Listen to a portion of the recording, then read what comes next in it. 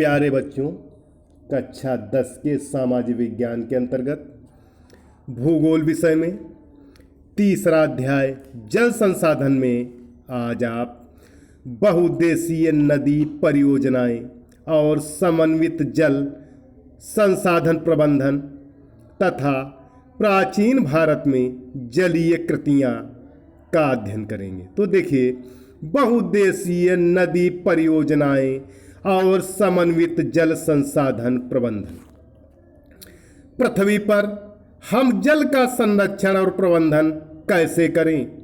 पुरातत्व वैज्ञानिक और ऐतिहासिक अभिलेख या दस्तावेज बताते हैं कि हमने प्राचीन काल से सिंचाई के लिए पत्थरों और मलबों से बांध, जलाशय या झीलों के तटबंध और नहरों जैसी उत्कृष्ट जलीय क्रियाएं बनाई हैं। इसमें कोई आश्चर्य नहीं है कि हमने यह परिपाटी आधुनिक भारत में भी जारी रखी है और अधिकतर नदियों के बेसिनों में बांध बनाए हैं। आइए इस बात की जानकारी प्राप्त करें कि बांध क्या है और वे हमारे लिए जल संसाधन और प्रबंधन में कैसे सहायक हैं। परंपरागत बांध नदियों और वर्षा जल को एकत्रित करके बाद में उसे खेतों की सिंचाई के लिए उपलब्ध कराते हैं। वर्तमान में बांध सिर्फ सिंचाई के लिए नहीं बनाए जाते, बल्कि उनका उद्देश्य विद्युत उत्पादन, घरेलू और औद्योगिक उपयोग, जल आपूर्ति, बाढ़ नियंत्रण, मनोरंजन, आंतरिक नौका चालन और मछली पालन भी है। इसलिए बांधों को बहुउद्देशीय परियोजनाएं भी कहा जाता है, जहां एकत्रित जल के अनेक उपयोग समन्वित होते हैं। उदाहरण स्वरूप सतलुज ब्यास बेसिन में भाखड़ा नागल परियोजना जल विद्युत उत्पादन और सिंचाई दोनों के काम में आती है। इसी प्रकार महानदी बेसिन में हीराकुंड परियोजना जल संरक्षण और बाढ़ नियंत्रण का समन्वय है। स्वतंत्रता के पश्चात आरंभ की गई समन्वित जल संसाधन प्रबंधन उपागम पर आधारित बहुउद्देशीय परियोजनाओं को उपनिवेशन काल में बनी बाधाओं को पार करते हुए देश को विकास और खुशहाली के मार्ग पर ले जाने वाले वाहन के रूप में देखा गया है। जवाहरलाल नेहरू गर्व से बांधों को आधुनिक भारत का मंदिर कहा करते थे।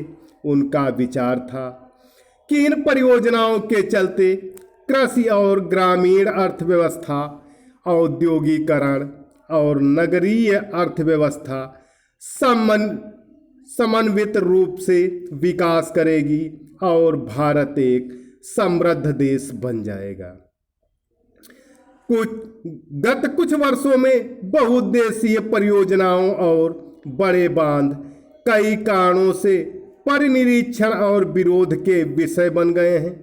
नदियों पर बांध बनाने और उनका बहाव नियंत्रित करने से उनका प्राकृतिक बहाव अवरुद्ध होता है, जिसके कारण तलछट बहाव कम हो जाता है और अत्यधिक तलछट जलाशय की तली पर जमा होता रहता है, जिससे नदी का तल अधिक चट्टानी हो जाता है और नदी में जलीय जीव आवासों में भोजन की कमी हो जाती है।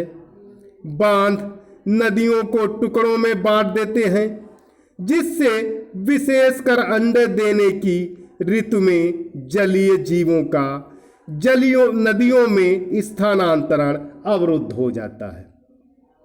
बाढ़ के मैदान में बनाए जाने वाले जलाशयों द्वारा वहां उपस्थित वनस्पति और मिट्टियां जल में डूब जाती हैं, जो आगे चलकर अपघटित हो जाती हैं। बहुउद्देशीय परियोजनाएं और बड़े बांध नए सामाजिक आंदोलनों जैसे नर्मदा बचाओ आंदोलन और टिहरी बांध आंदोलन के कारण भी बन गए हैं।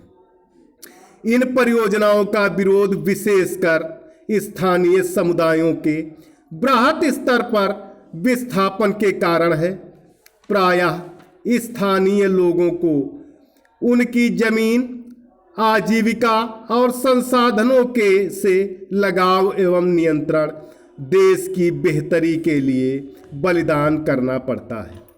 इसलिए यदि स्थानीय लोगों को इन परियोजनाओं का लाभ नहीं मिल रहा है तो किसको मिल रहा है?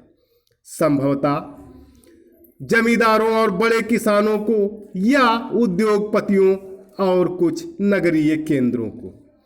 गांव के भूमिहीन को लीजिए, क्या वे वास्तव में ऐसी परियोजनाओं का लाभ उठाते हैं? यह एक गहन विचार का विषय है। बहुउद्देशीय परियोजनाओं तथा बड़े बांधों के बनने के फलस्वरूप सिंचाई ने कई क्षेत्रों में फसल प्रारूप परिवर्तित कर दिया है।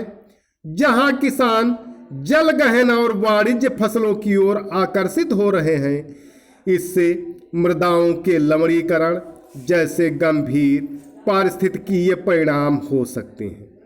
इसी दौरान इसने अमीर भूमि मालिकों और निर्धन भूमिहीनों में सामाजिक दूरी बढ़ाकर सामाजिक परिदृश्य बदल दिया।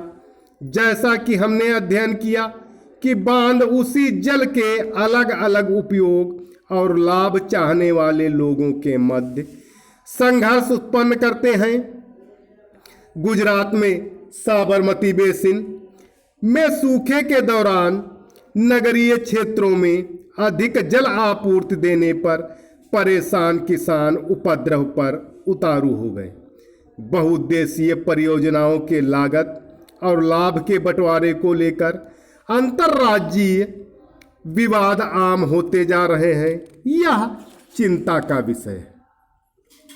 नदी परियोजनाओं पर उठे अधिकांश विवाद उनके उद्देश्यों में विफल हो जाने पर है।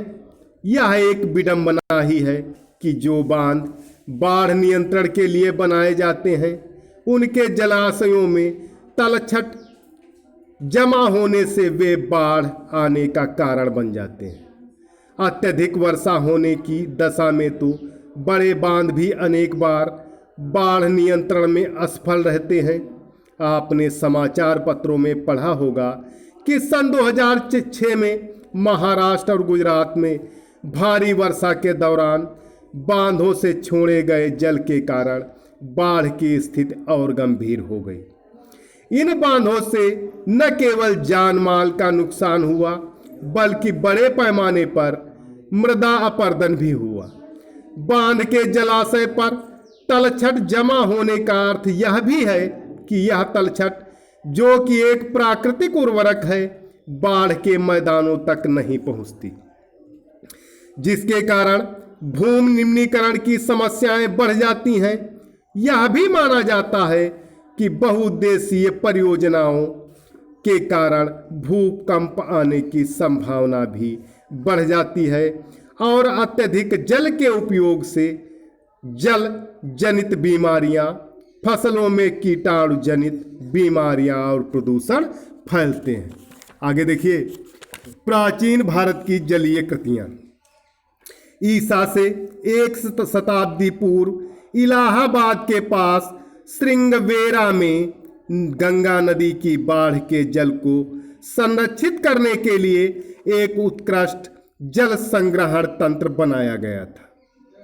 नंबर 2, चंद्रगुप्त मौर्य के समय बृहत स्तर पर बांध, झील और सिंचाई तंत्रों को बनवाया गया। कलिंग, जो कि वर्तमान में उड़ीसा राज्य कहलाता है, नागार्जुन कोंडा, ये आंध्र प्रदेश में है, बेन्नूर, ये कर्नाटक में है, और कोल्हापुर महाराष्ट्र में उत्कृष्ट सिंचाई तंत्र के सबूत मिलते हैं। अपने समय की सबसे बड़ी कृत्रिम झीलों में से एक भोपाल झील 11वीं शताब्दी में बनाई गई। 14वीं शताब्दी में अलाउद्दीन खिलजी ने दिल्ली में श्री फोर्ट क्षेत्र में जल की सप्लाई के लिए हौज खास यानी एक विशिष्ट तालाब बनवाया था। तो प्यारे बच्चों, आज इस वीडियो में इतना ही। सभी विद्यार्थी बहुउद्देशीय नदी परियोजनाएं और समन्वित जल संसाधन प्रबंधन को अपने शब्दों में लिखकर होमवर्क वाले ग्रुप पर अवश्य डालें। धन्यवाद।